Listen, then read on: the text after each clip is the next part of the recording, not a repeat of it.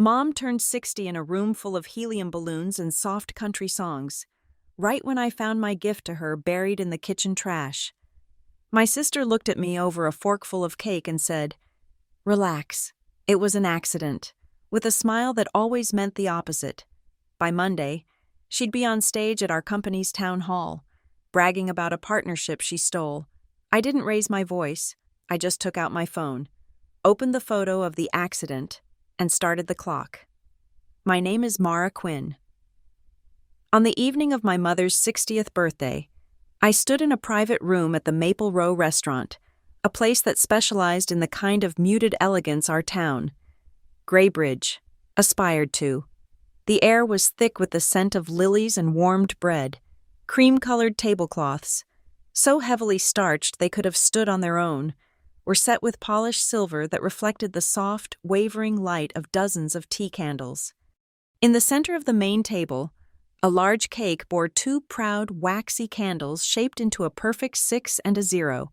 The low thrum of soft country music, my mother's favorite, provided a gentle soundtrack to the murmur of polite family conversation. It was a portrait of celebratory tranquility, a carefully constructed scene of familial devotion, and every part of it felt like a lie. The gift I had for her was in a long, slender box, wrapped in simple navy paper, tied with a silver ribbon. It had taken me 2 months to find the right one. An antique fountain pen, a silver-chased Waterman from the 1940s, with a fine, flexible nib. I'd had it professionally restored and engraved along the cap in a subtle script. "For the stories you never wrote." It was a nod to the life she'd given up, the journalism scholarship she'd forfeited when my father died, leaving her to raise 2 daughters on the meager profits of a used bookstore. It was a piece of her lost history, a promise that it wasn't forgotten.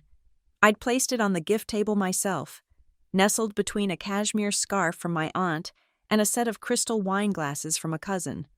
The moment came for the cake.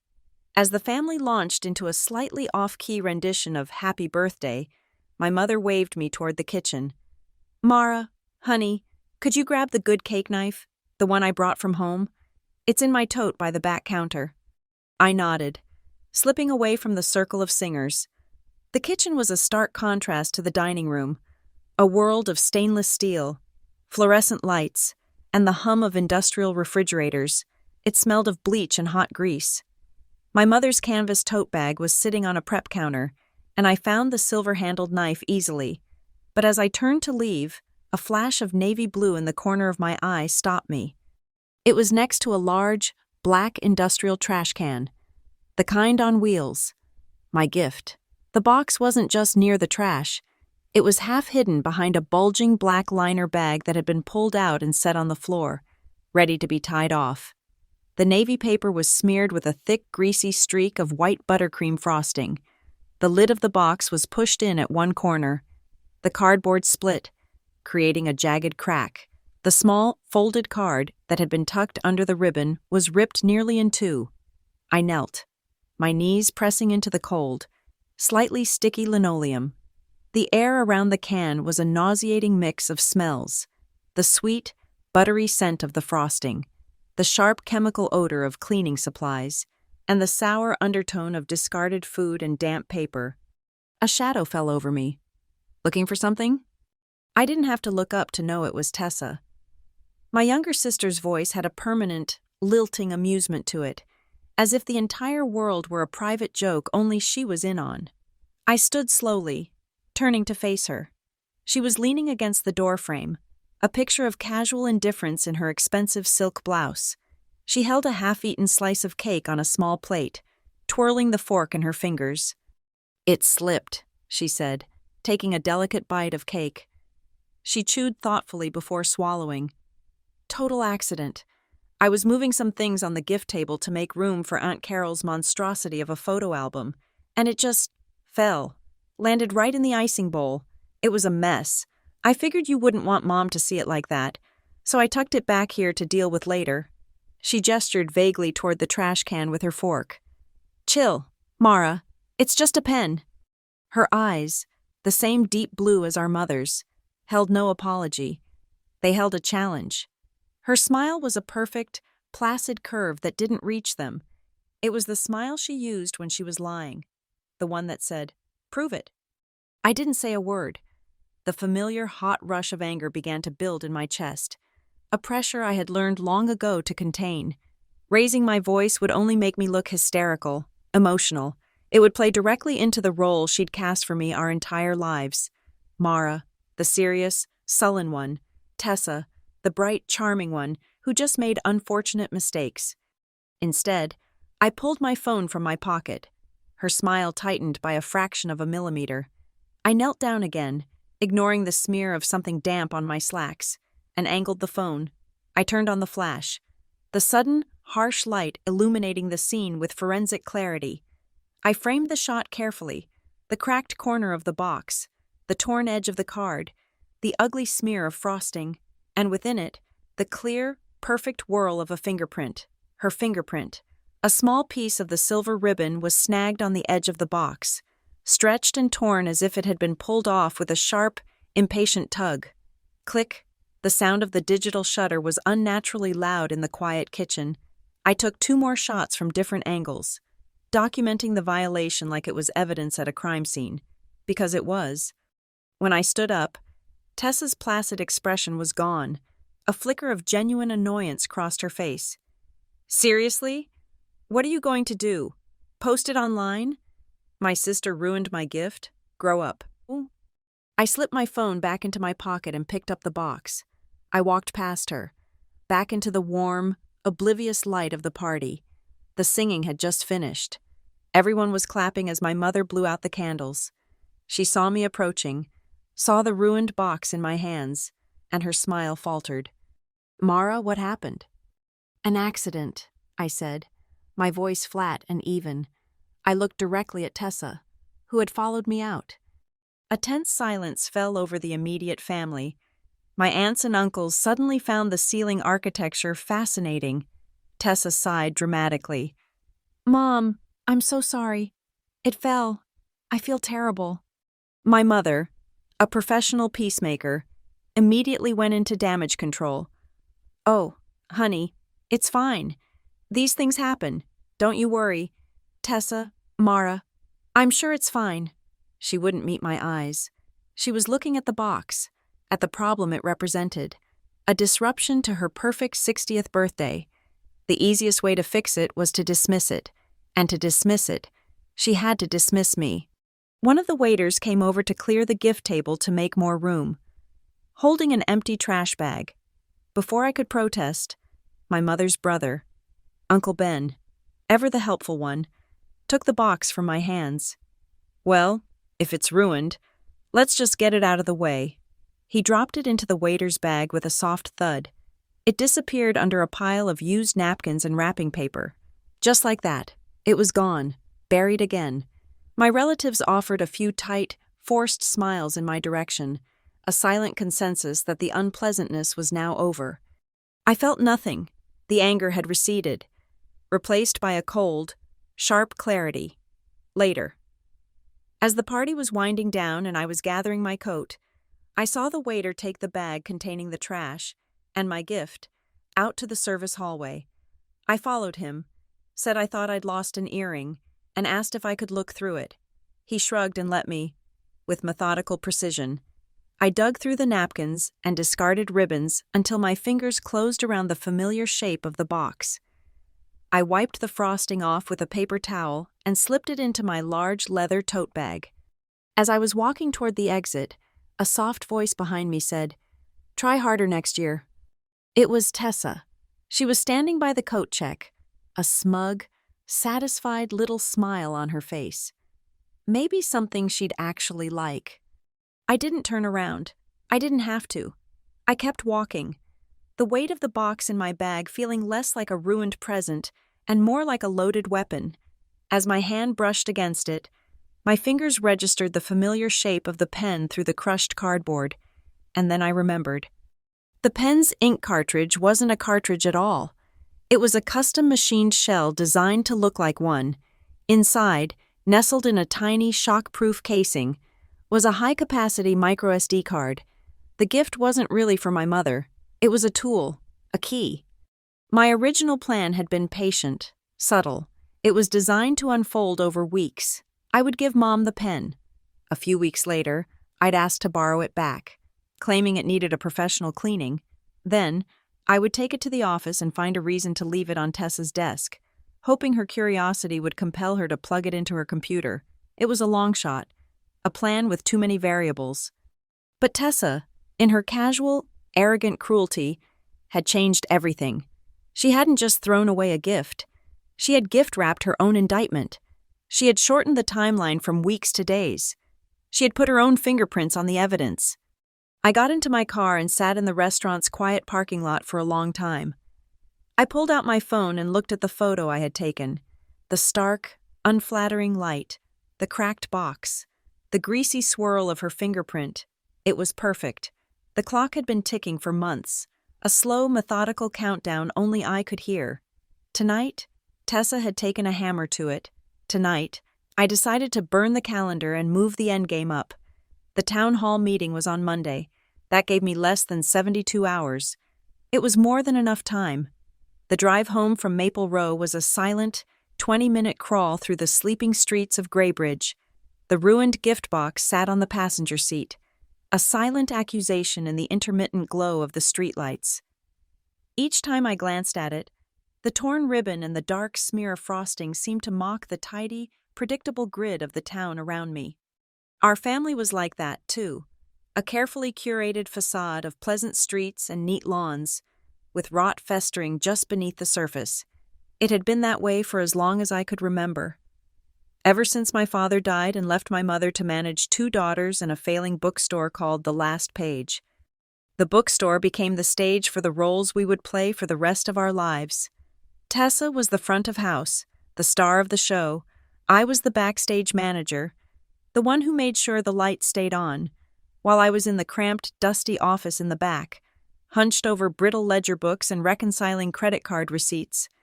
Tessa would be out among the stacks, performing. She had a gift for it.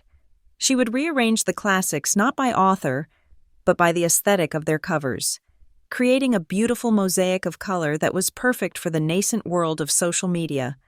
Customers loved her. She'd laugh, her head tilted just so, and tell them a charming, completely fabricated story about how a certain novel had changed her life.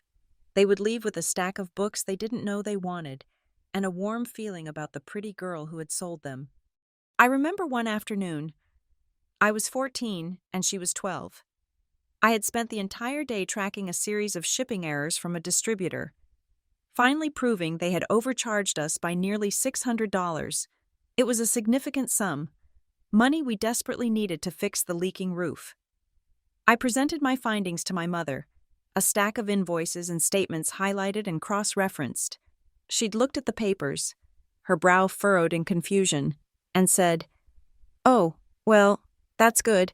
Mara, thank you." Just then, Tessa had danced into the office, holding up her phone. "Mom, look, Mrs. Gable just posted the photo I took of her with the first edition of The Great Gatsby. She tagged the store and said we have the most magical atmosphere. We've gotten 50 new followers today." My mother's face had lit up, all traces of confusion gone. She pulled Tessa into a hug, her hand stroking her golden hair. "Oh, sweetie, that's wonderful. You see?" she said, looking over Tessa's head at me, the stack of invoices still on the desk between us. "Your sister just knows how to make people love her." It wasn't meant as a criticism, not exactly. It was simply a statement of fact, an acknowledgement of a currency she valued far more than my silent, solitary competence. I was the bookkeeper. Tessa was the brand. I balanced the accounts. She balanced the aesthetics. I made sure we survived. She made sure we looked good doing it. Her performance was flawless in public. At school concerts, she would be the first to leap to her feet to give me a standing ovation for my mediocre solo in the orchestra. Her applause the loudest in the auditorium. She would wrap me in a hug so theatrical that everyone around us would smile at the display of sisterly devotion. But later, when the doors were closed in our shared bedroom, the applause would curdle into critique. "That blue dress makes you look washed out, Mara," she'd say, not with malice, but with a casual, dismissive air that was somehow worse. "And you really need to smile more when you're on stage. You looked like you were solving a math problem." Her words were like needles, tiny, sharp pricks to deflate any confidence I might have felt, ensuring I remembered my place. Our paths after high school were a natural extension of those bookstore roles. I was drawn to the immutable certainty of numbers, to a world where truth could be excavated and proven. I pursued a degree in forensic accounting. It was a field of absolutes, of evidence trails and data that could not be charmed or manipulated. It was a comfort. Tessa, predictably, majored in marketing. She didn't need to study the theories. She was a natural practitioner. Her senior thesis was a campaign that went viral on campus, built entirely on her natural charisma and an intuitive grasp of what people wanted to see, not what was necessarily true. I was hired at Northwall Metrics, a major financial data analysis firm in the city, after a grueling 4-month process of interviews, exams, and case studies. I earned my place as an internal auditor through sheer, demonstrable skill. I was proud of it, of the clean, logical world I now inhabited. A year later, Tessa decided she wanted to work there too. "It would be so fun, us being at the same company," she'd chirped. She got an interview in the brand partnerships department, partly, I'm sure, because of the novelty of being my sister. But she won the job on her own merits, the kind of merits that don't show up on a spreadsheet. She charmed the hiring manager, aced the personality-driven questions, and was hired for the exact same quality my mother had praised years ago. She knew how to make people love her. My mother was ecstatic. My 2 girls, taking the corporate world by storm, together, she would tell her friends, her voice swelling with pride. She had no idea that we weren't together at all. She didn't know that in cross-departmental meetings, when I presented a risk analysis flagging potential compliance issues in a new partnership, it was Tessa who would be the first to frame my diligence as negativity. "Mara is, of course, brilliant at finding problems," she would say, smiling sweetly at the project lead. "But I think we need to focus on the opportunity here, on the story we want to tell." She painted me as an obstacle to progress, a humorless anchor holding back her brilliant, visionary ship. And because she was charming and I was just presenting facts, people listened to her. Family gatherings became her victory laps. At Thanksgiving, she would hold court at the dinner table, recounting a heavily embellished tale of how she single-handedly saved a multi-million-dollar account with a last-minute, inspired pitch. While the family listened, captivated, I would be the one quietly getting up from the table to clear the salad plates, scraping leftovers into the trash, running the dishwasher. I would move through the background of my own family life, a silent, efficient ghost, while Tessa stood in the spotlight, accepting applause for a performance I knew was fiction. That was why the pen was so important. It wasn't just a beautiful object.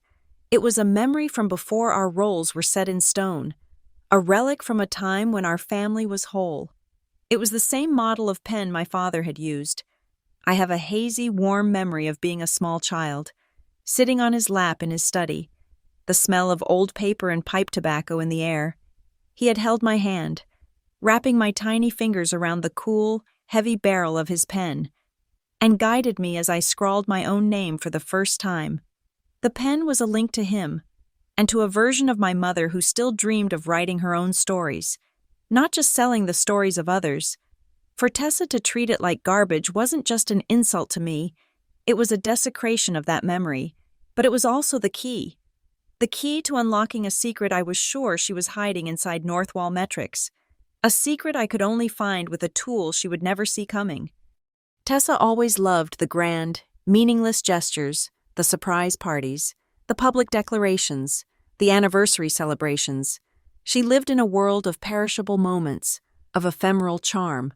I, on the other hand, had come to believe in the things that lasted, the things that could be verified. I believed in contracts. I believed in data logs. I believed in signatures. That night, as my mother celebrated her 60th birthday, our two worlds finally collided. The lid of a kitchen trash can at the Maple Row restaurant became the point of intersection. Tessa, in her world of careless performance, had made a mistake. She had treated a piece of evidence like a piece of trash, and in doing so, had inadvertently delivered it, and herself, into my world. For the first time, her actions had left a permanent, verifiable mark. She had, in her own way, left a signature, and I was the one who knew how to read it. Northwall Metrics occupies the top 10 floors of a steel and glass tower in downtown Clearwater, a city that prides itself on its seamless blend of technology and finance. The interior is a study in controlled sterility. The color palette is restricted to shades of gray, white, and a specific proprietary Northwall blue. Glass walls divide departments and offices, creating an illusion of transparency while enforcing a rigid hierarchy. The only sounds are the quiet, constant hum of the HVAC system, the soft clicking of keyboards, and the muted chime of elevators announcing their arrival. It is a place where data is deity, and emotion is a rounding error. My world. Here, I am Mara Quinn, head of the Internal Audit Department. My job is not to create, or to sell, or to build relationships. My job is to verify. I lead a team of analysts who move through the company's digital and procedural architecture like ghosts, examining the integrity of the structures that hold everything together. We are the immune system of Northwall Metrics. We are respected. We are occasionally feared, and we are never, ever loved. It suits me perfectly. On the 9th floor, in the Brand Partnerships division, my sister Tessa is not a ghost. She is a supernova. She was recently promoted to Brand Partnership Manager, a role that essentially requires her to monetize charisma. Her corner of the office is an anomaly of muted color, often decorated with vibrant product samples or floral arrangements from grateful vendors. People laugh more on her side of the floor. She is considered a rising star, a master of the soft skills that our data-driven world pretends to devalue but secretly craves. For the past quarter, Tessa's primary focus, and the subject of her relentless self-promotion in company-wide emails and meetings, has been the finalization of a strategic alliance with a boutique marketing vendor named Alder & Finch. According to her pitch decks, which are heavy on aspirational graphics and light on hard numbers, Alder & Finch will provide a revolutionary narrative-driven marketing strategy to elevate the Northwall brand beyond mere financial services into a lifestyle-integrated data partner. It sounds impressive, and it is entirely meaningless, but the executive committee, eager for a new growth story, has been eating it up. The final partnership is set to be announced, with Tessa as the triumphant hero, at the all-hands town hall meeting on Monday. My interest in Alder & Finch began 6 weeks ago, not because of the strategic alliance, but because of their invoices. As part of a routine quarterly review, their payment records were flagged by one of my junior analysts for minor inconsistencies. I took over the file myself. On the surface, everything looked acceptable. The amounts were appropriate for the preliminary consulting work they were billing for. But as I dug deeper, patterns began to emerge. Patterns invisible to a casual observer, but glaringly obvious to a forensic accountant. The invoices all used the same template, which is normal. What wasn't normal was that the metadata on the PDF files indicated they were created from a single locally saved template file, rather than generated from a professional accounting software suite. A small, amateurish detail. Then there were the dates. Several invoices for significant sums were issued on weekends, one on Thanksgiving Day. It was sloppy. But the most damning element was a series of payments for market research phase 1 that were duplicated across 3 separate invoices, each with a slightly different description, all paid without question. It was a classic pass-through scheme, a way of inflating costs and skimming the excess. It was fraud. I was sure of it, but I had a problem. I could prove that Northwall was being overbilled by a sloppy vendor, but I couldn't definitively prove who at Northwall was facilitating it. My suspicions landed squarely on Tessa, the project lead, but suspicion is not evidence. I had a trail of smoke, but no fire and no arsonist. That's when I devised the plan with the pen. It was a long shot, predicated on my sister's arrogance and carelessness. Northwall has a strict but rarely enforced corporate policy. Section 7.4b of the Employee Handbook regarding gifted electronics. To prevent bribery and corporate espionage, any electronic device given as a promotional gift in relation to a PR event is subject to random inspection and scanning by internal audit. It's a policy designed to catch USB drives loaded with malware from third-party vendors. No one ever pays attention to it, but I do. I wrote the addendum to that policy myself 2 years ago. The plan was to use that policy as my justification.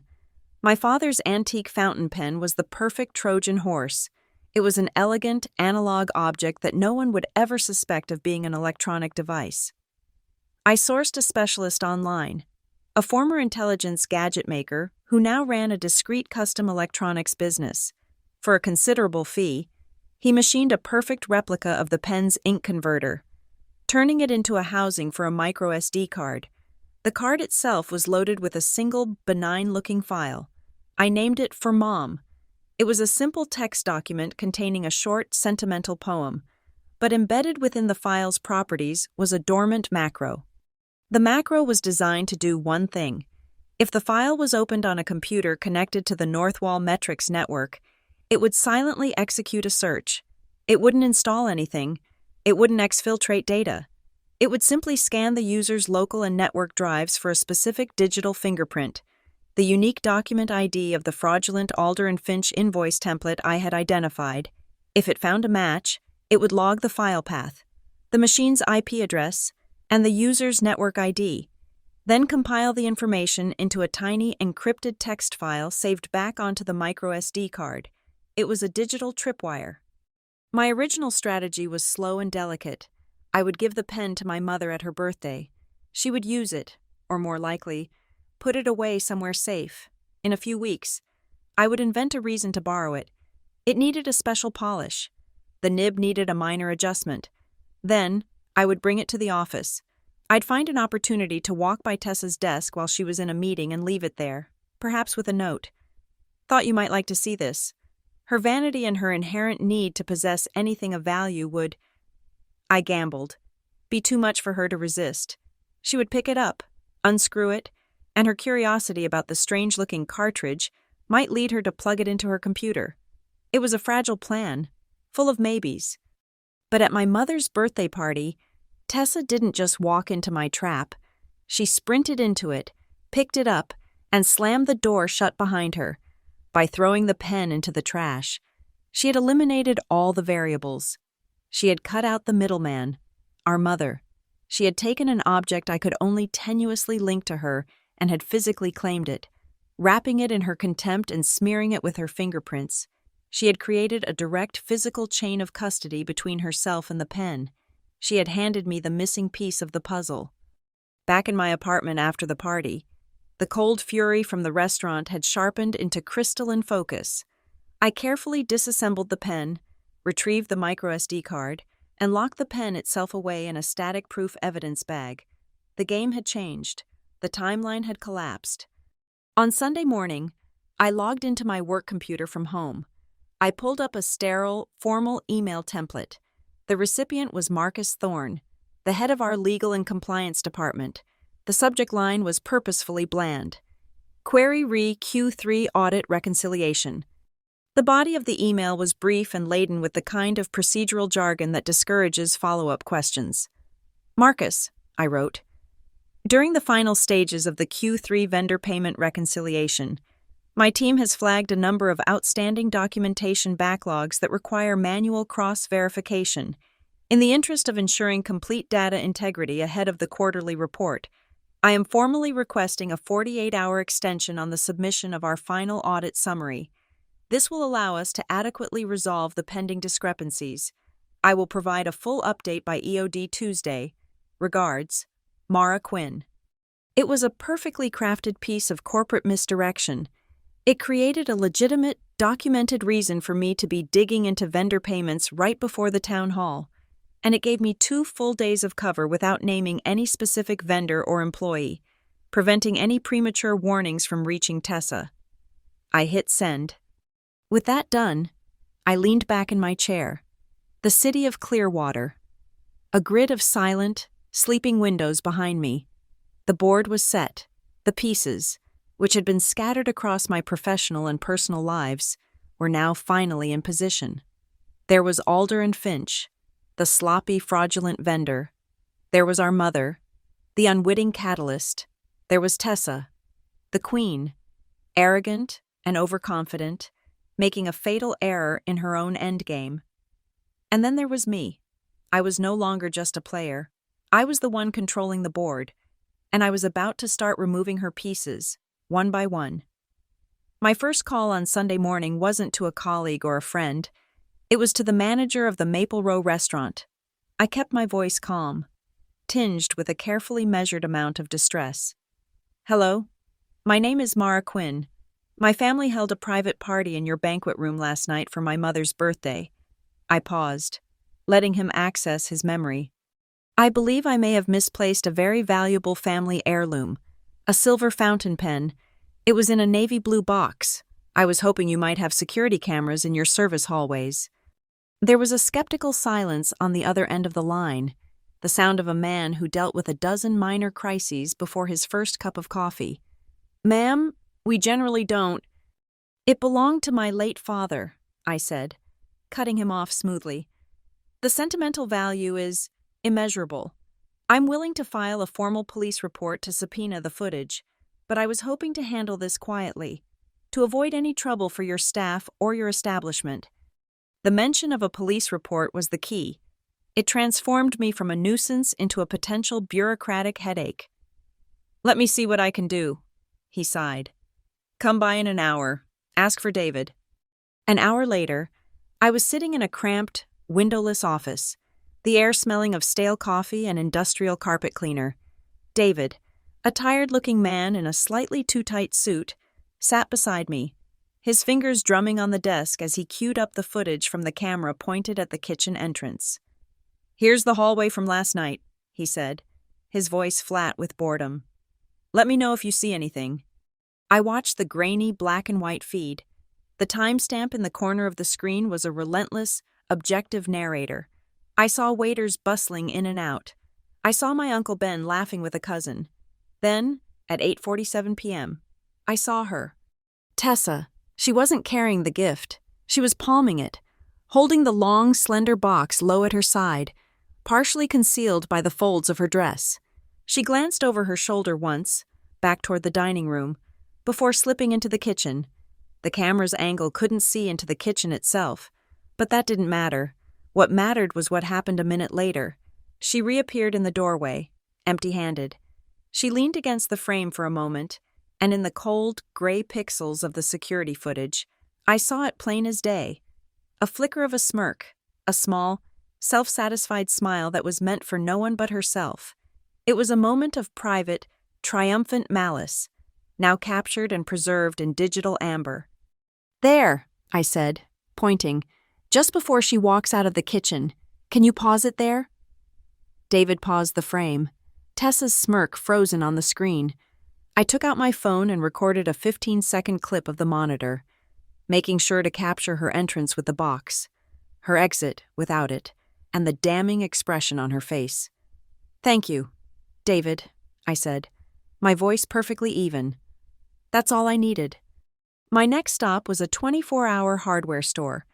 I purchased a pair of thick, rubberized work gloves and a box of sterile evidence baggies from the first aid aisle. Then, back in my car, I made another call, this time to the sanitation company whose logo I had seen on the dumpster behind the restaurant. I used a different tactic this time, a voice filled with frantic, tearful panic. "My wedding ring," I sobbed into the phone, a performance that would have made my sister proud. "It must have come off when I was throwing away a napkin. We were at the Maple Row restaurant last night. Please, you have to tell me where your trucks take the commercial waste. It's a diamond. It's insured. But it was my grandmother's." The dispatcher, a woman with a kind, weary voice, took pity on me. She explained that all commercial waste from that district was taken to the Brookline Industrial Transfer Station. Pickups from Maple Row were scheduled for 3 a.m. "Honey, I wouldn't get your hopes up," she said gently. It's a mountain of trash out there. I have to try, I said, ending the call. The Brookline Industrial Transfer Station was located in a part of the county that didn't appear on tourism brochures. It was a sprawling complex of warehouses and vast concrete lots, dominated by a cavernous, open-sided structure where sanitation trucks dumped their loads. The air, even with my car windows rolled up, was thick with the acrid, sweet smell of decay. I parked my car at a distance and watched the process. Trucks would reverse into the structure, their hydraulics groaning as they tipped their contents onto a massive concrete floor. From there, bulldozers pushed the mountains of refuse toward a series of giant conveyor belts that carried it all into a sorting facility. My heart sank. The dispatcher was right. It was an impossible task. But I had one advantage. I wasn't looking for a diamond. I was looking for a very specific bag. The waiter at the restaurant had been using translucent white trash liners, and into one of them, I had seen my Uncle Ben drop the gift, still wrapped in its distinctive navy paper and tied with a silver ribbon. I put on the gloves. I found a site foreman and fed him a truncated version of the wedding ring story, pressing $200 in cash into his hand. I just need 10 minutes with the pile from the Graybridge commercial route, I said. Before the bulldozer gets to it, he looked at the money, then at my determined face, and shrugged. It's your funeral. Stay clear of the machinery. He pointed me toward a freshly dumped mountain of refuse, still steaming slightly in the cool morning air. The smell was overwhelming, a physical presence that coated the back of my throat. I took a deep breath and began to search, my eyes scanning the sea of white plastic for a flash of navy blue and silver. I worked quickly, methodically, pushing aside bags filled with restaurant scraps, wet cardboard, and office paper. And then I saw it, tucked near the bottom of the pile, a hint of silver ribbon. My pulse quickened. I pulled the bag free. It was heavy, and the plastic was sticky. Tearing it open, I ignored the foul contents and focused on my target. There it was. The box was crushed and stained, but it was intact. I pulled it out, my gloved fingers carefully cradling it. The pen was still inside, its silver chasing miraculously unharmed. The custom ink converter, the shell for the microSD card, was secure and dry. I had it. As I held the box, turning it over in my hands, my eye caught something else. Against the dark, greasy smear of buttercream frosting, almost invisible, was a single, long strand of blonde hair, Tessa's hair. It was stuck fast in the hardened icing. Adrenaline, cold and sharp, shot through me. This was more than I could have hoped for. This was a physical link, DNA. With the precision of a surgeon, I used a pair of tweezers from my car's emergency kit to pluck the hair from the frosting. I sealed it in one of the sterile baggies. I placed the pen and the microSD card, which I had removed, into separate, anti-static evidence bags. I put everything into my tote, took off the gloves, and sealed them in a separate bag before burying them deep in a public trash can miles away from the transfer station. On the drive back to the city, my phone buzzed with a text message. It was from Tessa. Hope you learned to buy better gifts. I pulled over to the side of the road. My hands were steady as I typed my reply. I did. They come with receipts. I sent the message and watched the 3 small dots appear and then disappear as she read it. She didn't reply. Back in my apartment, I didn't even stop to shower. I walked directly to my home office. I uploaded the photo I had taken in the restaurant kitchen. The close-up of the crushed box, the frosting, the torn ribbon. From my phone to my secure work drive, I created a new, encrypted folder. I named it Town Hall. I saved the photo inside. The countdown had begun at the party. Saturday night. It was now Sunday afternoon. The town hall was scheduled for Monday at 2 p.m. The clock was no longer ticking in weeks or days. It was ticking in hours.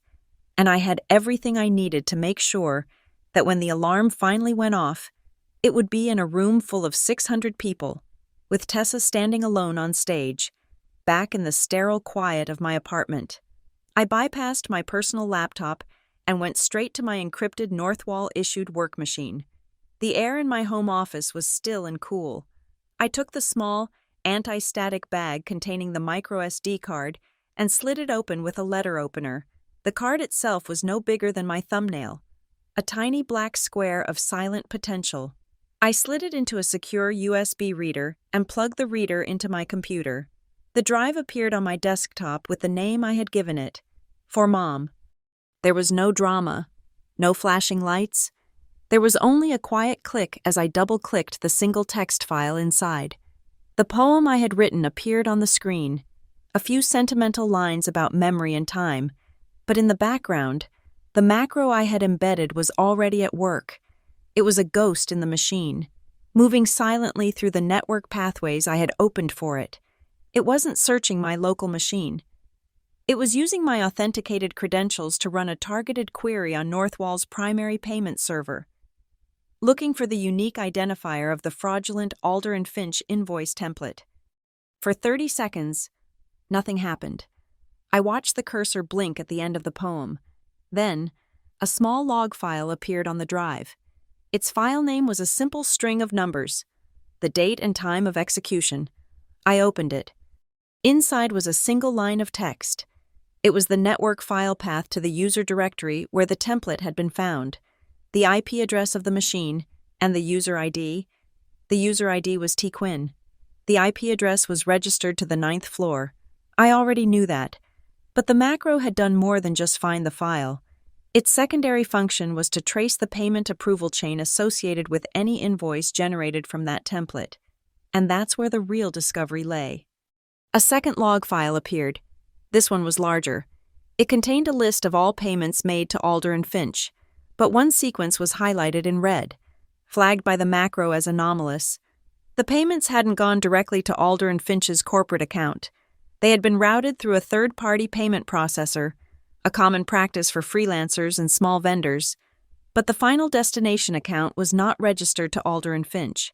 It was registered to a shell company I had never heard of, Vale and Rowe Media, LLC. My fingers flew across the keyboard. A shell company is designed to obscure ownership, but they always leave a digital trail. I ran the name through the state's corporate commission database. Vale and Rowe Media had been registered 6 months prior. The registered agent was a proxy service in Delaware, a legal dead end. The official address was a PEO box, but the registration documents required an email address for correspondence. The address listed was contact@valero.com. This is where Tessa's arrogance had tripped her up.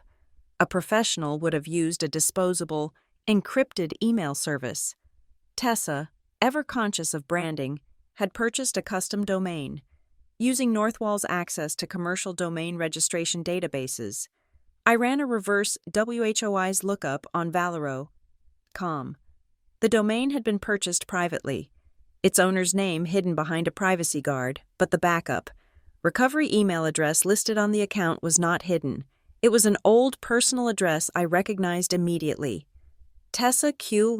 Dancer, 92 at hotmail.com, an address she'd created in high school, one she probably assumed was long forgotten. It was a direct, undeniable link. Now I had the hook. I went back to the payment logs. The amounts transferred to Vale and Rowe Media were all identical, $4,999, just $1 below the $5,000 threshold that requires an automatic secondary review from a department head.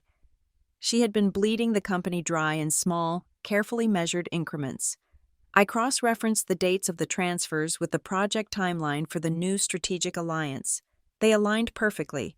And then I saw the payment memos, the short descriptions required for every wire transfer. One stood out. It was for a payment made 3 weeks ago. The memo read, "Consulting, birthday pilot." A cold, heavy certainty settled in my stomach. Birthday pilot, it wasn't just a corporate buzzword. It was a reference to my mother. She was using my mother's birthday, the very event that was supposed to be a celebration of family, as a code for her fraud. I pulled up the invoices from Alder and Finch again. The descriptions of services were vague. Brand synergy analysis, narrative architecture, but they often contained keywords. One invoice was for a project titled Mom's Day Stories. It was the internal marketing name for a campaign Tessa herself had pitched, a campaign Alder and Finch were now supposedly executing. I had the means and the motive. Now I needed to connect her directly to the work product. On the shared network drive for the partnerships department, I found the final draft of Tessa's town hall presentation. It was a slick, professionally designed deck, full of powerful images and bold statements. I opened it. Then, I opened the PDF of the Mom's Day Stories invoice from Alder and Finch. I started comparing them, side by side. On slide 12 of Tessa's deck, a bullet point read, "Leveraging authentic narratives to create powerful consumer connections." Connections, a typo, a small, insignificant error. I looked at the Alder and Finch invoice. In the description of services rendered, a line read, "Consulting on consumer connection strategy." The exact same typo. I scanned the rest of the documents. I found 4 more instances of identical phrasing, including a bizarrely specific grammatical error involving a misplaced semicolon. She hadn't just approved the invoices, she had written them. Alder and Finch wasn't a strategic partner. They were a fiction, a laundry basket for money she was stealing and paying to herself. And she was using a template she had created to do it. Too lazy to even fix her own spelling mistakes. The final piece of the puzzle was the metadata. Every file created on a Northwall computer is stamped with information. The author, the creation date, the last modified date, the machine it was created on. I ran a metadata analysis on the fraudulent invoice template. The author was listed as T. Quinn. The creation date was 6 months ago, and then I saw it. The log showed the file had been modified multiple times, always from her work IP address, except for once, 3 weeks ago, on a Saturday afternoon. The file had been accessed and saved from a different IP address. I ran a trace. It was a residential address in Graybridge. It was my mother's house. She had been working on her scheme, using our mother's Wi-Fi, in the very home our father had built. It was then that I remembered an email, a detail that had seemed insignificant at the time. I searched my inbox. It was an automated calendar invitation from Tessa. Sent a month ago, for my mother's birthday dinner, I had replied, asking what I should bring. Her response had been a single, breezy line. "Don't worry about a thing. I'll handle the cake and all the big stuff. You just need to bring something small." Something small. The breath caught in my chest. It wasn't a suggestion. It was an instruction. She needed me to bring something small, something easily portable, something that could be accidentally lost or damaged in the commotion of the party. The pen, my gift, the tribute to our father, was never meant for our mother. In Tessa's plan, it was meant to be the mule. She likely intended to switch my pen with another one containing a drive loaded with the fraudulent files, a backup she could then lose, framing a junior employee or claiming a system glitch. But my pen was the perfect, sentimental object to make disappear. My predictable, thoughtful gift was supposed to become a vessel for her crime, and my eventual heartbreak over its loss would be the perfect cover. Disposing of it in the trash was simply her crude, impulsive execution of that original idea. She didn't just discard my gift. She had tried to make me an unwitting accomplice. I closed my eyes for a moment. The hum of the computer, the only sound in the room. The quiet rage I had been suppressing for years was now a perfectly silent, perfectly sharp blade. My movements became deliberate, precise. I copied all the evidence, the log files, the domain registration, the payment records, the annotated presentation deck, the metadata report, the video from the restaurant, onto a new, clean USB drive. I placed the drive into an evidence bag, sealed it with tamper-proof tape, and labeled it with the date, time, and a case number I generated myself. I documented every step, creating a formal chain of custody document. I then uploaded an encrypted duplicate of the entire evidence package to Northwall's secure internal audit archive, a server that logs every single access event. The trap was now documented, preserved, and untouchable. Finally, I opened a new presentation deck. It had a single, stark white slide. I typed a title in the center, in the cool corporate Northwall blue font. Accidents leave fingerprints. Monday morning at Northwall Metrics began with the surgical precision of a planned demolition. The weekend's simmering rage had cooled into a solid block of purpose. I was no longer a victim or a grieving daughter. I was an auditor, and I had a job to do. My first action was to schedule a video conference with Alder and Finch. The invitation was titled, Pre-Partnership Onboarding, Financial Systems Integration. I CC'd 2 junior analysts from my team to make it look like a standard procedural check, when a man with a suspiciously generic haircut and a slightly too eager smile appeared on my screen. Identifying himself as Mark from A&F, I was all business. "Mark, thank you for your time," I began, my voice flat and professional. "As we approach the finalization of your strategic alliance with Northwall, my department is tasked with ensuring a seamless integration of our payment systems. We're rolling out a new automated invoicing protocol, and I just need to verify your software's compatibility." "Of course, happy to help," he said, his smile unwavering. "Excellent," I said. "To do that, I'll need you to share your screen and open your primary invoicing template. I have a diagnostic tool I need to run against its metadata." As I said this, I activated a full session recording and network packet capture on my end. Every bit of data flowing from his system to mine was now being logged, time-stamped, and saved. He hesitated for a fraction of a second, the smile flickering. "Our template? It's pretty standard stuff." "I'm sure it is," I replied coolly. "This is just a formality. Section 12, Subclause C of our standard vendor agreement. You'll find it on page 47. I had invented the subclause, of course, but the sheer specificity of the reference was enough to override his caution. With a nervous chuckle, he shared his screen. He opened a file. It was my template, the same typos, the same awkward formatting. While he was distracted, answering a deliberately technical question from one of my analysts, I captured a clean, high-resolution screenshot of his desktop, showing the file being opened in his software, under his company's name. It was the confirmation I needed. He was an active, willing participant. "Everything appears to be in order," I said, ending the call. "Thank you for your cooperation." I terminated the session. The first piece was locked in place. Next was Tessa. I drafted an email, carefully calibrating the tone.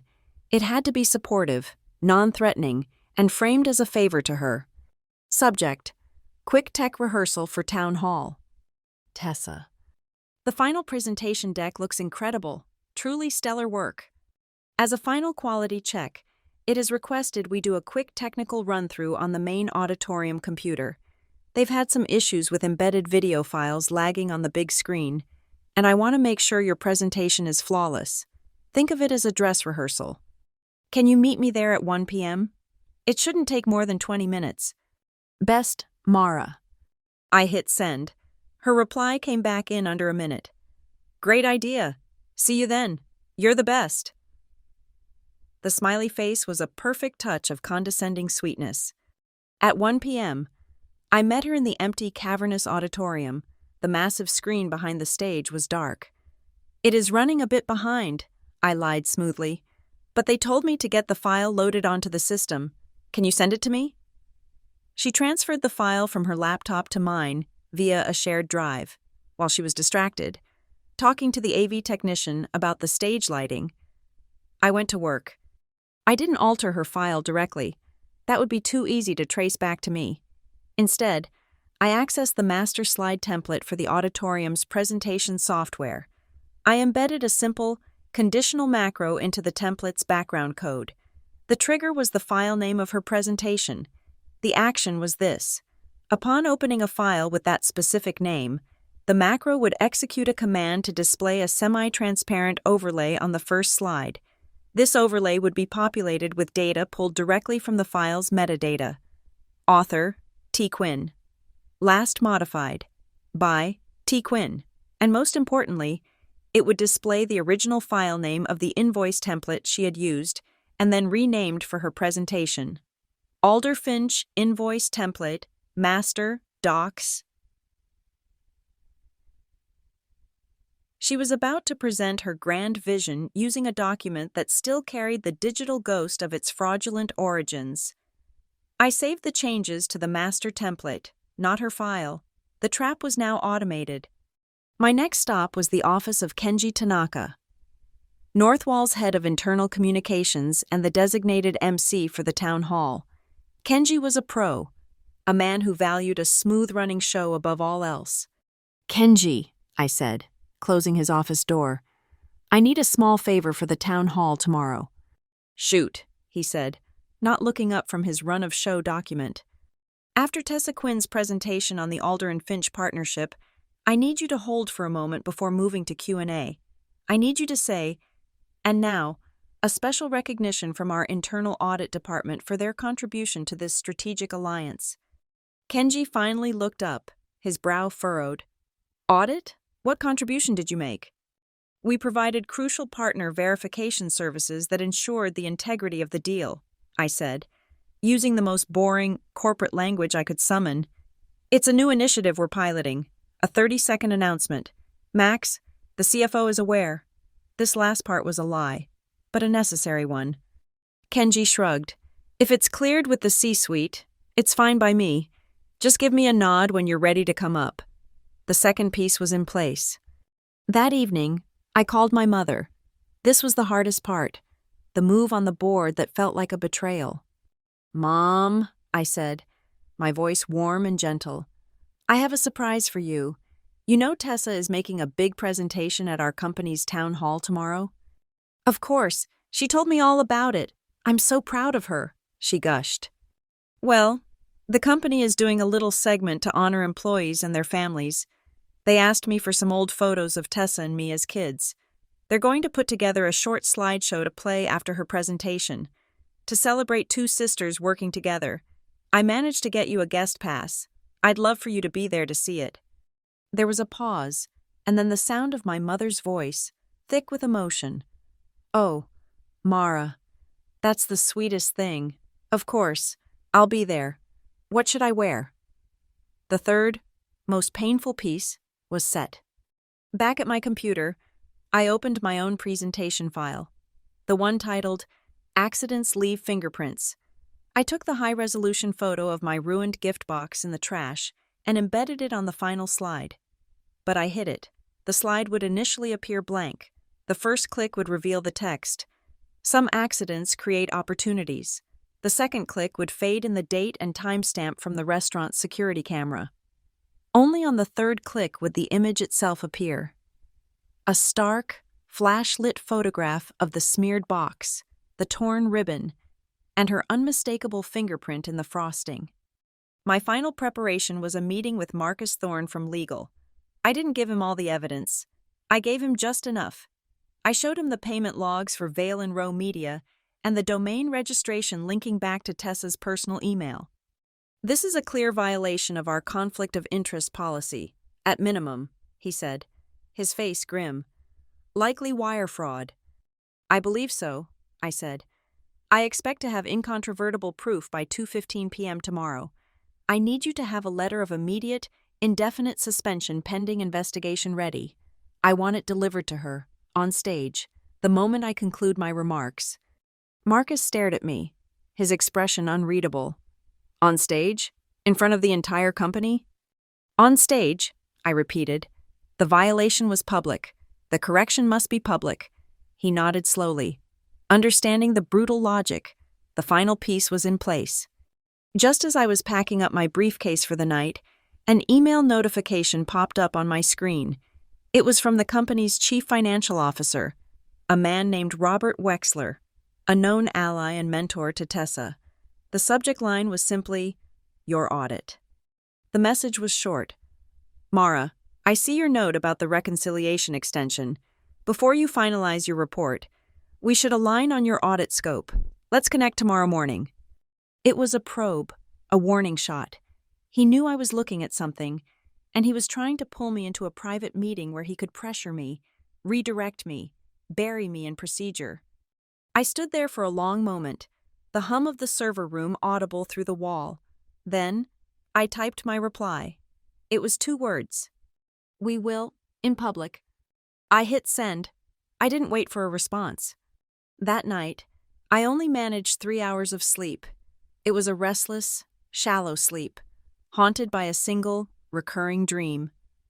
I was standing on the stage of the auditorium, but instead of a microphone, I was holding the silver ribbon from my mother's gift. It stretched out across the dark, silent audience, and I was pulling it, hand over hand, reeling in something heavy from the darkness. The auditorium was a cavern of controlled corporate optimism. The lights were a brilliant, shadowless white, reflecting off the polished concrete floor and the massive, slowly rotating Northwall Metrics logo projected onto a screen behind the stage. 600 employees filled the tiered seating, their faces upturned, a sea of quiet anticipation. The air hummed with the low murmur of conversation and the thrum of the building's powerful ventilation system. In the 4th row, seat F12, sat my mother. She was wearing her Sunday best, a floral dress I hadn't seen in years. She clutched her small leather purse on her lap with both hands, her knuckles white. She looked small and out of place, a wildflower in a server farm. She caught my eye from my own seat on the aisle in the row behind her and gave me a small, nervous smile. I gave her a reassuring nod I didn't feel. My heart was a cold, heavy drum against my ribs. Kenji Tanaka, the head of communications, walked to the center of the stage, his voice booming through the speakers. Good afternoon, everyone. Welcome to our Q3 Town Hall. We've got some incredible updates for you today, but we're going to kick things off with a look at a groundbreaking new strategic alliance, a partnership that will redefine how we tell our story to the world. Please join me in giving a huge Northwall welcome to our very own brand partnership manager, Tessa Quinn. A wave of polite, enthusiastic applause filled the room. Tessa emerged from the wings, a vision in cobalt blue. The dress was a statement, bold and confident. Her smile was a high-wattage flash, practiced and perfect, designed to charm and disarm. She walked to the podium as if she owned the stage, the company, the world. She radiated success. Thank you, Kenji, and thank you all, she began, her voice smooth and resonant. For too long, we've thought of ourselves as just a data company. But what is data, really, if not the building blocks of a story? Today, I'm thrilled to announce a partnership that will help us build our most important story yet, a story of trust. She clicked the remote in her hand. The massive screen behind her lit up with her first slide. In huge, elegant letters, it read, Building Trust Through Stories. She let the message hang in the air for a moment. She looked out at the audience, at the executive team in the front row, at our mother. Her smile was incandescent. She clicked the remote again to advance to her next slide. But the slide didn't change. Instead, a semi-transparent gray box shimmered into view, overlaying the top left corner of her beautiful title slide. It was the trap I had set in the auditorium's master template. In small, black, brutally clear text, it displayed the file's properties. Document history, author, T. Quinn, last modified, 10/14/2025. By T. Quinn, original source file. Alderfinch, invoice, template. Master. Docs Yex. For a full 3 seconds, nothing happened. Tessa stared at the screen, her perfect smile frozen in place. Then, her eyes widened almost imperceptibly. A low murmur rippled through the audience. People were squinting, leaning forward, pointing. They didn't understand what they were seeing, but they knew it wasn't part of the show. It was a glitch, a mistake. Tessa's perfect facade cracked. The confusion in her eyes hardened into a flash of pure, unadulterated panic. She recovered quickly, forcing a light, airy laugh. Whoops! Looks like our IT department is showing a little too much of the back end today. Just some technical gremlins. She aimed her remote at the screen and clicked again. Harder this time. A sharp, angry jab of her thumb. The overlay vanished, but the slide that appeared was not the one she was expecting. It was mine. At first, It was just a blank white screen with 5 words in the center. Some accidents create opportunities. Then, with a second, panicked click from Tessa. A date and timestamp faded in below the text. Maple Row Restaurant, October 11th, 10:23 p.m. And then, with a third, final, desperate click from her remote, the image appeared. It was the photo I had taken in the kitchen. It filled the 20-foot screen in stark, unforgiving detail. The crushed navy blue box, the torn silver ribbon, the greasy, obscene smear of buttercream frosting, and in the center of the frosting, the clear, whorled pattern of a single fingerprint. The image was perfectly focused, clinically lit. It was ugly and raw and true. A collective gasp went through the auditorium. It wasn't a gasp of understanding, but of sheer, bewildered shock. What was this? Why were they looking at a picture of garbage? From my seat, I heard another sound, small and sharp and close. It was my mother. A choked, wounded intake of breath. She knew that box. I stood up. I walked the few steps to the aisle and up onto the low stage. Tessa whipped her head around to look at me, her face a mask of disbelief and fury. Her mouth opened, but no words came out. I walked past her to the second podium, the one Kenji had used. I picked up the microphone. Its metal casing was cold in my hand. "Some accidents open doors," I said, my voice calm and clear, amplified to fill every corner of the silent room. "And some doors lead to the truth." I nodded to the AV technician. The image of the box on the screen dissolved, replaced by the grainy, black and white security footage from the Maple Row restaurant. The audience watched in rapt silence as the 20-second clip played. They saw Tessa, my sister, glance over her shoulder before slipping into the kitchen with my gift in her hand. They saw her emerge a minute later, empty-handed, and then I had the technician pause and zoom in, pixelating the image until it was just a ghostly collection of squares. But the expression was still there, the small, private, triumphant smirk. "The object you saw in the photograph was a birthday gift for our mother," I continued, my voice betraying no emotion. "Tessa called its disposal an accident, but at Northwall, we don't believe in accidents. We believe in data. We believe in verification." The video vanished. It was replaced by a split screen. On the left was a simple, damning spreadsheet. It showed a series of payments from Northwall Metrics, all just under the $5,000 secondary approval threshold. But the recipient wasn't Alder and Finch. It was a company called Vale and Row Media. On the right side of the screen was the domain registration for https google.com search valerowe.com. Highlighted in yellow was the backup recovery email address, tessaq-dancer992 hotmail.com. The low murmur in the auditorium died completely. The silence that replaced it was heavy, absolute.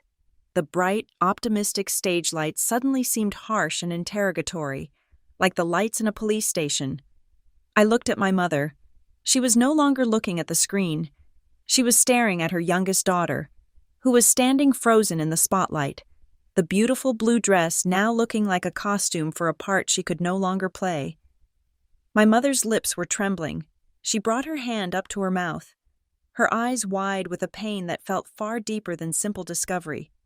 I turned my attention back to the silent crowd, to the executives in the front row, who were now staring at Tessa with expressions of cold fury. "Trust isn't a story you create with a marketing deck," I said, my voice ringing with a clarity I had never felt before. "It's not something you can buy or sell." I looked directly at Tessa. The color had drained from her face. For the first time in her life, she was on a stage with no script, no charming smile, no easy way out. She was just a girl in a blue dress, caught in a lie of her own making. "Trust," I said, letting the final words land with the weight of a judge's gavel, "is an audit you pass."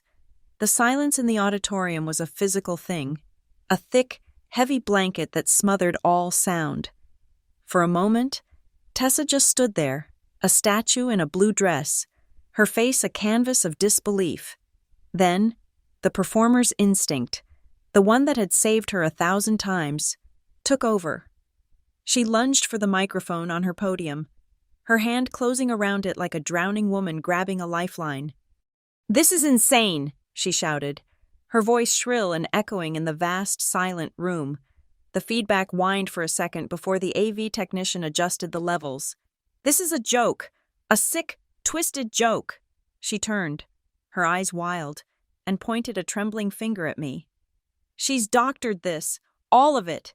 She's hated me my entire life. She's always been jealous. This is what this is. A pathetic, public prank because she couldn't stand to see me succeed." She forced a laugh, a brittle, ugly sound. "The gift? It was an accident, a clumsy mistake. She's twisting everything to make me look bad." I didn't flinch. I didn't raise my voice. I simply nodded once to the technician in the booth at the back of the auditorium. "Next slide, please," I said into my own microphone, my voice a quiet counterpoint to her hysteria. A new slide appeared on the screen. It was a dry, technical-looking document, but its contents were devastating. It was a network access log from the residential internet service provider in Graybridge, subpoenaed under a corporate security investigation clause. 2 lines were highlighted in yellow. The first was the IP address of our mother's home Wi-Fi network. The second was a record of a device with the registered name Tessa MBP16 logging into that network on a Saturday afternoon 3 weeks prior. The timestamp of the login was 2:14 p.m. A second log, this one from Northwall's own servers, showed the fraudulent invoice template being uploaded to our system from that same IP address at 2:17 p.m. "The metadata shows the fraudulent invoices were created on your machine, Tessa," I stated, my tone as level as if I were discussing quarterly earnings. "And the network logs show they were uploaded to our servers from our mother's house. During a weekend you were visiting her. Is that also an accident?" Tessa's face went white. The denial was trapped in her throat. She pivoted, searching for another defense, another scapegoat.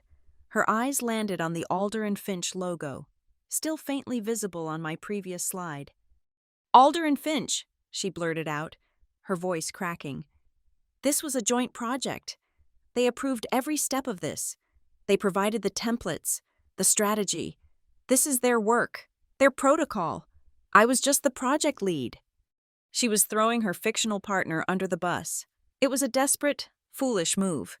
I gave a small, almost imperceptible nod to Kenji Tanaka, who was still standing awkwardly at the side of the stage, looking like he wished the floor would swallow him whole. He understood his cue. He cleared his throat and stepped forward, holding a tablet. "Actually, Tessa," he said, his voice hesitant but clear. "We received a communication from Alder and Finch this morning. In response to a query from our audit department," he began to read from the tablet, his words precise and damning. "To whom it may concern, in our capacity as a freelance consulting entity for Northwall Metrics, we were instructed by the Office of the Brand Partnership Manager to utilize a specific set of pre-approved document templates for all billing and project proposals. These templates were provided to us directly by Ms. Quinn's office. All content and phrasing within said invoices were to follow the provided examples verbatim as a condition of the contract. It's signed by Mark, their representative." Checkmate. She had created a fictional accomplice, and I had made them testify against her. The air was knocked out of her. She staggered back a step from the podium, her defense crumbling around her. I pressed the advantage. "A contract you yourself authorized, as it turns out," I said, and a new document filled the screen. It was an internal authorization form. On it, Tessa had used her managerial authority to create what she called a temporary marketing subcommittee for agile brand development. This fictional subcommittee, which consisted of only her, was granted temporary budgetary and contractual oversight for the Alder and Finch project, bypassing the normal multi-level approval process. Her signature was a flamboyant, confident scrawl at the bottom of the page. It was dated the day after Vale and Rowe Media was incorporated. It was at that moment that a side door near the stage opened. Marcus Thorne from the legal department stepped through, followed by a member of corporate security. He was a tall man, always impeccably dressed, and his face was a stony mask of grim duty.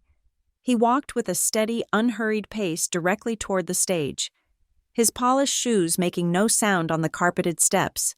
He walked straight to Tessa, who stared at him as if he were an apparition. He didn't say a word. He simply held out a plain white, letter-sized envelope. "Effective immediately," he said, his voice low but carrying in the profound silence. Tessa didn't take it. Her arms were frozen at her sides. The envelope seemed to hang in the air between them, a stark white flag of surrender. I nodded to the technician one last time. The contract on the screen was replaced by the final, brutal image, a split screen.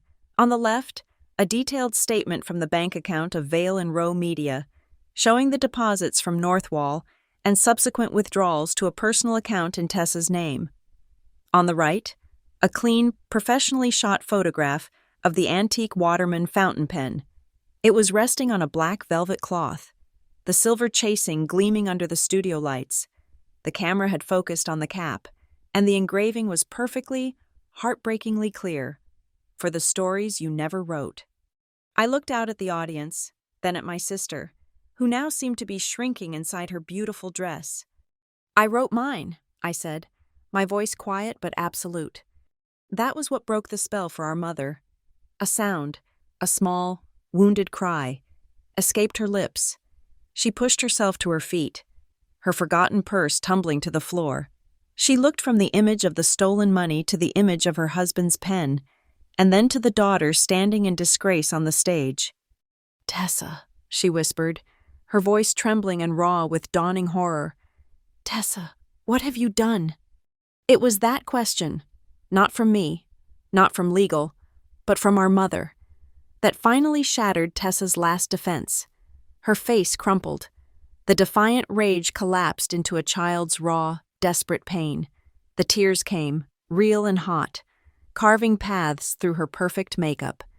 "She planned this," she wailed, her voice breaking into a sob. She wasn't speaking to anyone in particular now. She was screaming at the universe. "She set me up. She's been planning this from the beginning. She planted it all. She trapped me." The accusation hung in the air, a final, desperate lie. I let the silence stretch for a beat, letting her words echo and fade. Then, I leaned into the microphone for the last time. My voice was not triumphant. It was not angry. It was simply the voice of a ledger being closed, of an account being settled. "No, Tessa," I said, looking directly at her, ensuring she saw the utter absence of pity in my eyes. "You set your own terms. I just read the fine print." My final words hung in the air, absolute and irrevocable, the stage, which had been Tessa's platform for triumph, transformed into her cage. The corporate security guard, a large, impassive man whose presence had been a mere formality until now, stepped forward. He moved with a practiced, gentle firmness, placing a hand lightly on Tessa's arm. "Ma'am," he said, his voice low and devoid of any emotion, "if you'll come with me." It was the quiet authority in his voice that seemed to finally break her paralysis. She snatched her arm away, a raw, guttural sob tearing from her throat. "No, get away from me!" She backed away, stumbling slightly, the hem of her beautiful cobalt dress catching on the edge of the podium and dragging across the dusty stage floor with a soft, hissing sound. It was the sound of a deflating balloon, of a dream coming undone. She was no longer a star in the spotlight. She was a cornered animal. Just then, a figure rose from the front row. Robert Wexler, the CFO, a man with silver hair and a reputation for corporate ruthlessness, was on his feet. He had mentored Tessa, championed her. His face was a thunderous mask of outrage. He strode toward the stage, his intent clear. He was coming to intervene, to shut this down, to use his authority to stop the bleeding. "This is a disgrace," he boomed, his powerful voice needing no microphone. "This is a personal vendetta, not a corporate proceeding. I'm putting a stop to this right now." He was halfway up the stage steps when I spoke again into the microphone, my voice cutting through his. "Mr. Wexler, a moment of your time." I gave a final, silent command to the AV technician. The split screen of the bank account and the pen vanished. It was replaced by a screenshot of a single email. The header was stark and clear. It was an email from Robert Wexler himself, sent from his official Northwall account. The recipient was Tessa Quinn. The subject line was, "Re your audit," and the body of the email contained a single, damning line. "We need to get ahead of this. Do what you can to delay her audit until Q4. I'll handle the budget committee." But the most crucial detail was at the very top of the screenshot. It showed that this email had not come from Wexler's sent folder. It had been recovered from Tessa's, a forward. He had sent it to her personal email, and she, in her carelessness, had forwarded it to her work account as a reminder. Wexler froze mid-stride on the steps, his face turning from red to a pale, mottled gray. He stared at the screen, at his own words, now evidence in a public forum. He had just declared my audit a personal vendetta, and I had just proven he was part of the conspiracy to obstruct it. The room remained utterly silent. From the opposite side of the front row, another figure stood. It was Eleanor Vance, the lead independent director on the board, a woman known for her icy composure and absolute power. She walked not to the stage, but to a floor microphone in the aisle. Her voice, when she spoke, was calm, clipped, and carried the full weight of the corporation. "On behalf of the Board of Directors of Northwall Metrics," she announced, her eyes fixed not on me or Tessa, but on the audience of employees. "Ms. Quinn's access and employment are suspended, effective immediately. Mr. Wexler will be taking a mandatory leave of absence. The board has already engaged an external, independent firm to begin a comprehensive review of all partner contracts and executive accounts, beginning today. That is all." It was a corporate execution, delivered in less than 30 seconds. The security guard took Tessa's arm again, and this time, she did not resist. All the fight had gone out of her.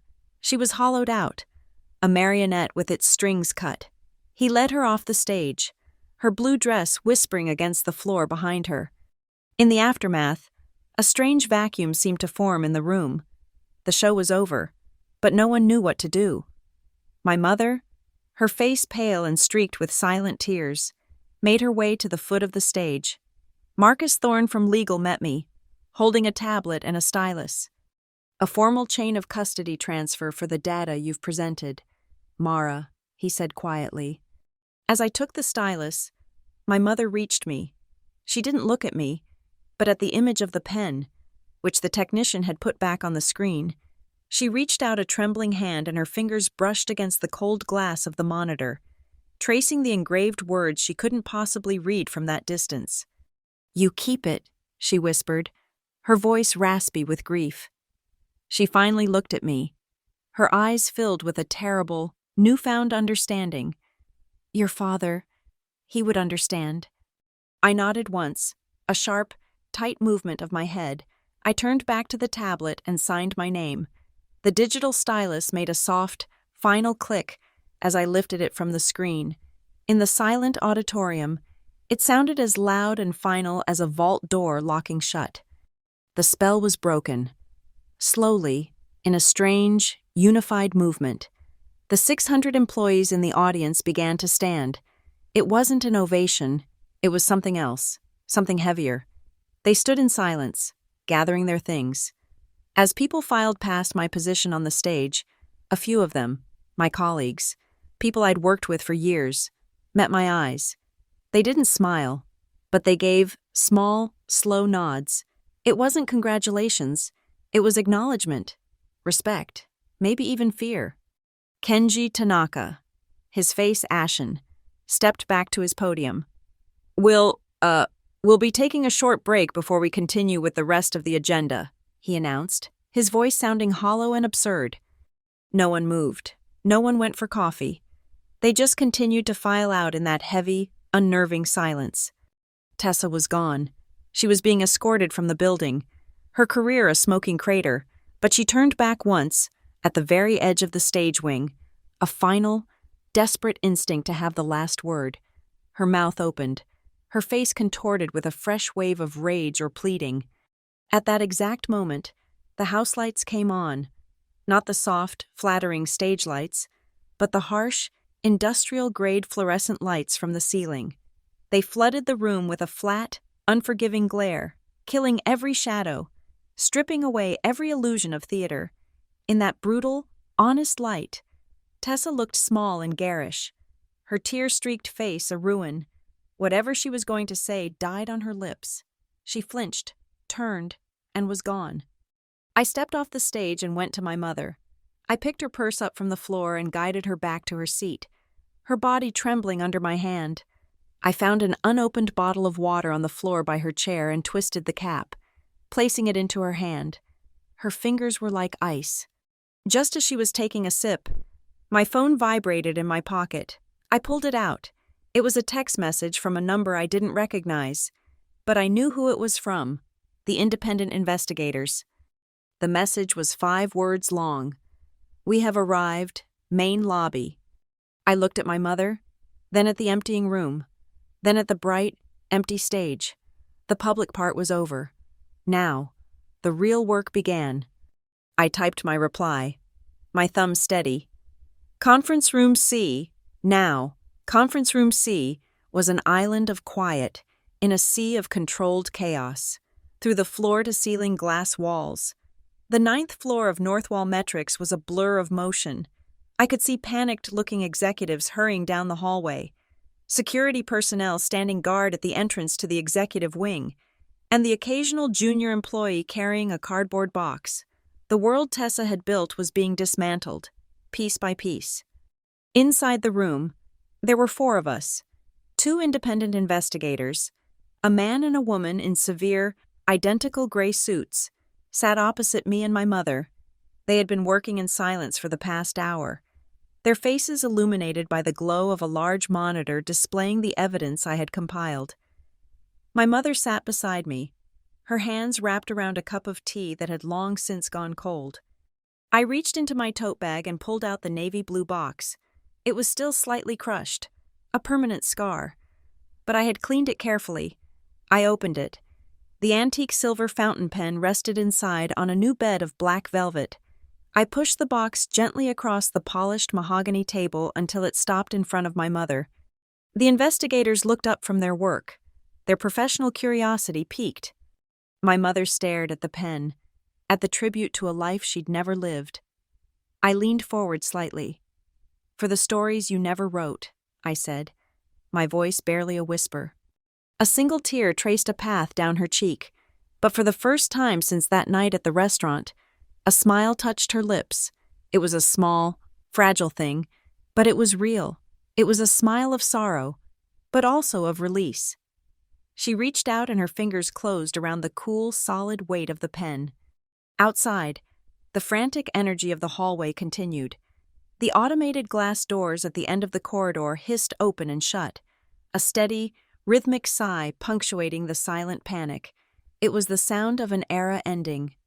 The female investigator turned the large monitor toward me. On the screen was the final page of a preliminary report. It was concise, brutal, and efficient. At the bottom was a single line awaiting my digital signature.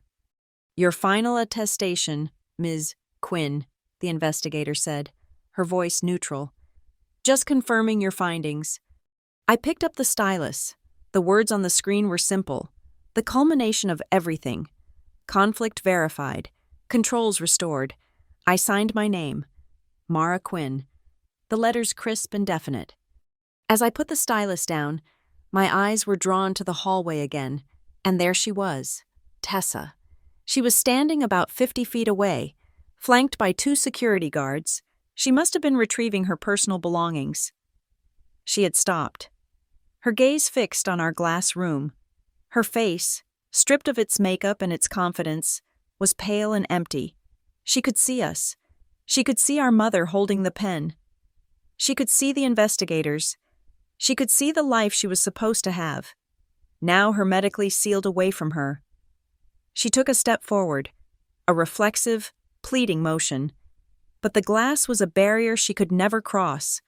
The doors would not open for her anymore. My mother saw her too. A flicker of deep, maternal pain crossed her face, a wound that would never fully heal, but it was followed by a quiet, weary resolve. She put her free hand over mine, her skin cool. "No more parties today," she said softly. I looked away from the ghost in the hallway, back to the woman beside me, the one who mattered. I squeezed her hand. "No more accidents," I replied.